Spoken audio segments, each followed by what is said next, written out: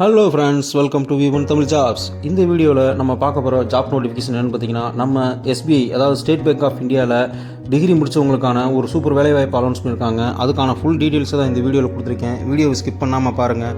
வாங்க வீடியோக்குள்ளே போகலாம். SBI அதாவது ஸ்டேட் பேங்க் ஆஃப் இந்தியாவில் SO அப்படிங்கிற ஸ்பெஷலிஸ்ட் ஆஃபீஸருக்கான ஆட்சேர்ப்பு அதாவது நோட்டிஃபிகேஷன் ஒன்று அனௌன்ஸ் பண்ணியிருக்காங்க. Trade finance officer middle management grade scale 2ல் கிட்டத்தட்ட 180 வேகன்சிஸ் அனௌன்ஸ் பண்ணியிருக்காங்க. இந்த ஜாபுக்கு அப்ளை பண்ணுறதுக்கு முன்னாடி அவங்களோட ரெக்யர்மெண்ட்ஸ் எலிஜிபிலிட்டி எல்லாத்தையும் ஃபுல்ஃபில் பண்ணுற மாதிரி இருந்தால் மட்டும் அப்ளை பண்ணுங்கள் அப்படின்னு அவங்களே சொல்லியிருக்காங்க. ஸோ அதுக்கான ஃபுல் டீட்டெயில்ஸை முதல்ல பார்த்துருவோம். ஃபர்ஸ்ட் பாயிண்ட் பார்த்தீங்கன்னா, இந்த ஜாபுக்கு அப்ளை பண்ணுறவங்க ஃபஸ்ட்டு இந்தியன் சிட்டிசனாக மட்டும்தான் இருக்கணும். அதுக்கு அடுத்தது பார்த்தீங்கன்னா, இந்த ஜாப்பை ஆன்லைன் போர்ட்டலில் மட்டும்தான் அப்ளை பண்ண முடியும். அதாவது அவங்களோட அங்கீகரிக்கப்பட்ட வெப்சைட்டில் போய் தான் அப்ளை பண்ணணும். அப்ளை பண்ணுறப்ப ஃபஸ்ட்டு ஃபீஸை தான் பே பண்ண சொல்லுவாங்க.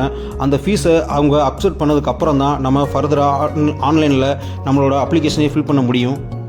பேமெண்ட் சக்ஸஸ்ஃபுல் ஆனதுக்கப்புறம் உங்களுடைய எலிஜிபிலிட்டியை ஒரு தடவை நீங்களே செக் பண்ணிடுங்க. அவங்க கொடுத்துருக்க எலிஜிபிலிட்டி உங்களுக்கு மேட்ச் ஆச்சுன்னா அதுக்கப்புறம் உங்களுடைய எல்லா டாக்குமெண்ட்ஸ், அதாவது ID proof, age proof certificate, caste certificate, EWS certificate, PWBD certificate, இது எல்லாத்தையும் ரெடியாக ஸ்கேன் பண்ணி வச்சுக்கணும். ஸ்கேன் பண்ண டாக்குமெண்ட்ஸை நீங்கள் ஆன்லைன்லேயே அப்லோட் பண்ணுற மாதிரி இருக்கும். நீங்கள் அப்லோட் பண்ணுறப்ப எஜுகேஷனல் சர்டிஃபிகேட்டோ இல்லை எக்ஸ்பீரியன்ஸ் சர்டிஃபிகேட்ஸோ மிஸ் ஆச்சுன்னா உங்களுடைய அப்ளிகேஷன் ரிஜெக்ட் ஆகிறதுக்கான சான்சஸ் இருக்குது. அது மட்டும் இல்லாமல் அவங்க இன்டர்வியூக்கு கால்ஃபர் பண்ணுறப்ப நீங்கள் என்னென்ன டாக்குமெண்ட்ஸ் அப்லோட் பண்ணீங்களோ அதோட ஒரிஜினல் சர்டிஃபிகேட்ஸை சப்மிட் பண்ணுற மாதிரி இருக்கும். சப்போஸ் நீங்கள் அப்லோட் பண்ண டாக்குமெண்ட்ஸோட ஒரிஜினல் சர்டிஃபிகேட்ஸ் உங்கள் கையில் இல்லைன்னா அப்பையும் உங்களை ரிஜெக்ட் பண்ணுறதுக்கு சான்சஸ் அதிகம். அவங்க உங்களை இன்டர்வியூக்கு கால்ஃபர் பண்ணதுக்கப்புறம் உங்களோட முக்கியமான 3 விஷயத்தை தான் செக் பண்ணுவாங்க. அதாவது age, educational qualification and experience, இது 3 தான் செக் பண்ணுவாங்க. அப்போ அவங்க எதிர்பார்க்குற தகுதி உங்கள்கிட்ட இல்லைன்னா அப்பையும் உங்களை ரிஜெக்ட் பண்ணுறதுக்கான சான்சஸ் அதிகம். இன்டர்வியூக்கு முன்னாடி இருந்து இன்டர்வியூக்கு அப்புறமும் நீங்கள் ரெகுலராக அவங்களோட வெப்சைட்டை செக் பண்ணிகிட்டே இருக்கணும். அந்த வெப்சைட்டில் தான் அவங்களோட ஷார்ட் லிஸ்ட் கேண்டிடேட்டை அவங்க அனௌன்ஸ் பண்ணியிருப்பாங்க. நீங்கள் செலக்ட் ஆகிட்டா உங்களுடைய நேம் லிஸ்ட்டையும் உங்களுக்கு இமெயில் பண்ணிடுவாங்க. நீங்கள் ஃபில் பண்ண அப்ளிகேஷன் ஃபார்மோட ஹார்ட் காப்பியை இந்த ஆஃபீஸ்க்கு சென்ட் பண்ண வேணாம்னு சொல்லியிருக்காங்க. அடுத்து வேகன்சி டீட்டெயில்ஸ் பார்த்தீங்கன்னா, post trade finance officer MMGS 2க்கான போஸ்ட்டு. அடுத்து இது grade scale middle management grade scale 2ல் வருது. அடுத்து வேகன்சிஸை கேட்டகரிஸ் வைஸ் பிரிச்சிருக்காங்க. அதாவது SCக்கு 25 சீட்டும், ST பீப்புளுக்கு 11, OBCக்கு 38, EWSக்கு 15, URக்கு 61, டோட்டலாக 150 சீட்ஸு, அதாவது 150 வேகன்சிஸ் அலௌன்ஸ் பண்ணியிருக்காங்க. அடுத்து இந்த வேகன்சிக்கான ஏஜ் லிமிட்டை தெளிவாக கொடுத்துருக்காங்க.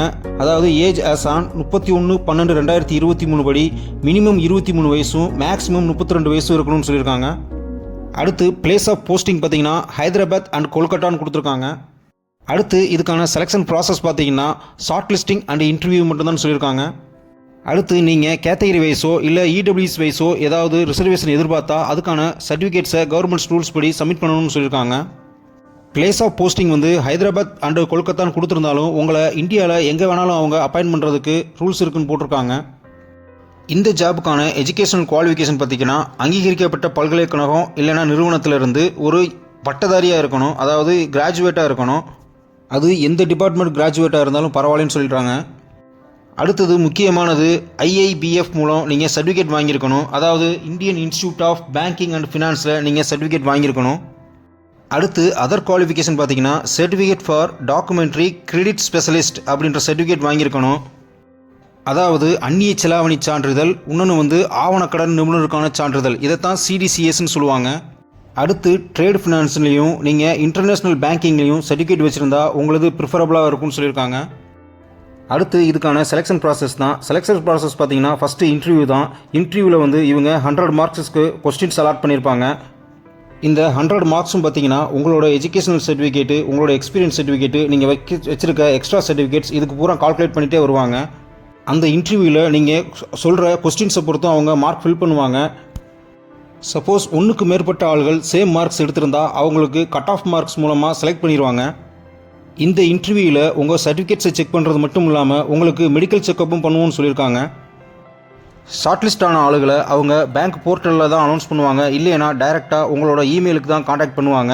அவங்க எந்த வித கடித போக்குவரத்தும் இல்லைன்னு சொல்லிட்டாங்க. அடுத்து இந்த அப்ளிகேஷனுக்கான ஃபீஸ் டீட்டெயில்ஸ் தெளிவாக கொடுத்துருக்காங்க. அதாவது ஜென்ரல், ஓபிசி, இடபிள்யூஎஸ்க்கு ரூபாய் 750 ஃபீஸ் கட்டணும். அதே எஸ்சி, எஸ்டி, பிடபிள்யூடி வேட்பாளர்களுக்கு ஃபீஸ் எதுவும் கிடையாதுன்னு சொல்லியிருக்காங்க. இந்த ஜாபுக்கு அப்ளை பண்ணுறதுக்கான ஆன்லைன் போர்ட்டல் ஓப்பனில் தான் இருக்குது. அதனால் குயிக்காக அப்ளை பண்ணுங்கள். இதை விண்ணப்பிக்கிறதுக்கான கடைசி டேட் பார்த்தீங்கன்னா ஜூன் 27 வரையும் கொடுத்துருக்காங்க. இந்த ஜாபுக்கான இன்டர்வியூ டேட்டை அவங்க இன்னும் அனௌன்ஸ் பண்ணல, பின்னாடி அறிவிக்கிறதா சொல்லியிருக்காங்க.